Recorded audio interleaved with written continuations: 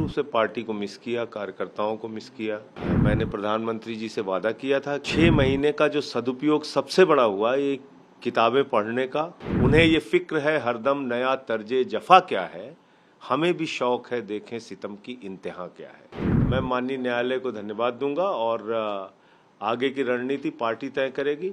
मैं पार्टी का कार्यकर्ता हूं, जो पार्टी का निर्देश होगा उसका पालन करूंगा। निश्चित रूप से पार्टी को मिस किया, कार्यकर्ताओं को मिस किया और सबसे बड़ी जो हम लोग सुबह से लेकर शाम तक, रात तक काम करते थे, वो एक अभाव महसूस होता था कि जेल में आप बंद हैं, किसी कोई मदद नहीं कर सकते, किसी के लिए कोई फ़ोन नहीं कर सकते, तो कई चीज़ों से असुविधा हुई। लेकिन मैंने प्रधानमंत्री जी से वादा किया था कि आपकी यातना का पैमाना मैं चेक करना चाहता हूं, तो हमने चेक किया। रहे 6 महीने जेल।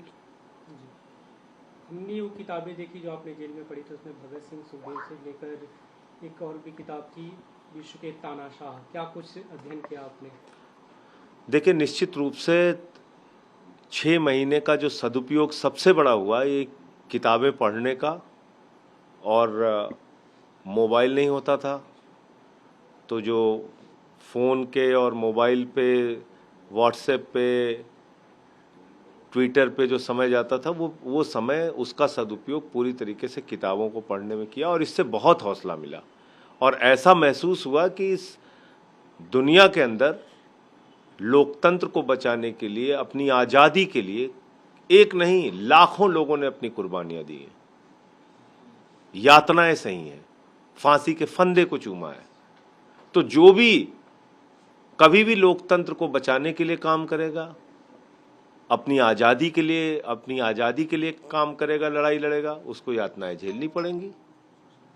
हमने नेल्सन मंडेला जी को पढ़ा, शहीद आजम भगत सिंह को पढ़ा, राष्ट्रपिता महात्मा गांधी को पढ़ा। राष्ट्रपिता महात्मा गांधी जी की तो पहली गिरफ्तारी साउथ अफ्रीका में हुई थी। शहीद आजम भगत सिंह जी ने 23 साल की उम्र में जो कुछ भी कर दिया वो अनुकरणीय है, युगों युगों तक याद किया जाएगा। और मैंने तो कल उनकी लाइन भी पढ़ी जब उनको फांसी की सजा हो गई और उनके भाई उदास थे, तो उनको एक पत्र लिखा भगत सिंह जी ने, और उस पत्र के अंत में एक लाइन लिखी कि उन्हें ये फिक्र है हरदम नया तर्जे जफा क्या है। जफा मतलब होता है अत्याचार। उन्हें ये फिक्र है हरदम नया तर्जे जफा क्या है, हमें भी शौक है देखें सितम की इंतहा क्या है। तो भारत के लोकतंत्र को बचाने के लिए, इस देश से तानाशाह हुकूमत को हटाने के लिए, अपने मुखिया अरविंद केजरीवाल जी की लड़ाई को आगे बढ़ाने के लिए आम आदमी पार्टी का एक एक कार्यकर्ता अरविंद केजरीवाल जी के साथ है और हम लोग इस लड़ाई को आगे बढ़ाएंगे। ये गलतफहमी किसी को नहीं होनी चाहिए, भाजपा के लोगों को, कि केजरीवाल जी को, मनीष सिसोदिया को, सत्येंद्र जैन को, हम लोगों को जेल में रख के वो कहीं सफल हो जाएंगे। ऐसे समय में आपको बेल मिली, ऐसे समय में रिहाई हुई जब आम आदमी पार्टी की तरफ से जो टॉप लीडरशिप थी वो पूरी तरह से खाली हो गई थी जगह, और एक चुनौती से गुजर रही थी, तो आगे क्या कुछ रणनीति रहेगी खासतौर? मैं माननीय न्यायालय को धन्यवाद दूंगा और आगे की रणनीति पार्टी तय करेगी। मैं पार्टी का कार्यकर्ता हूं, जो पार्टी का निर्देश होगा उसका पालन करूंगा। लोकसभा कैंपेन को लेकर खासतौर जो भी पार्टी का निर्देश होगा उसका पालन करूंगा।